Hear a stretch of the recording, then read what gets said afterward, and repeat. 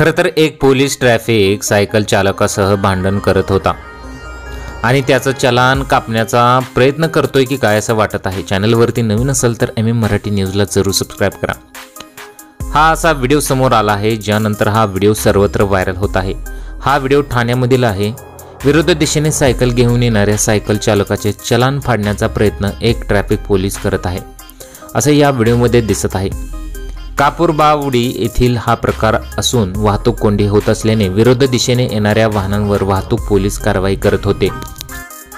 तेवढ्यात एक सायकल स्वार विरुद्ध दिशेने येताना पोलिसांनी पाहिले आणि त्याला थांबवून त्याचे चलान फाडण्याचा प्रयत्न केला।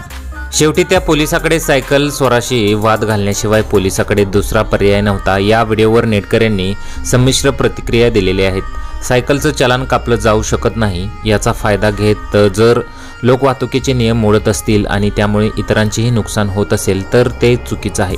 भलेही सायकल चालकाचं चलान कापलं जाऊ शकत नाही पण याचा कोणीही फायदा घेऊ नये तसेच पोलिसांना सहकार्य करावं अशा सुद्धा कमेंट्स बऱ्याच लोकांनी केलेल्या आहेत। तुम्हाला काय वाटतं? तुमच्या प्रतिक्रिया आम्हाला जरूर कळवा।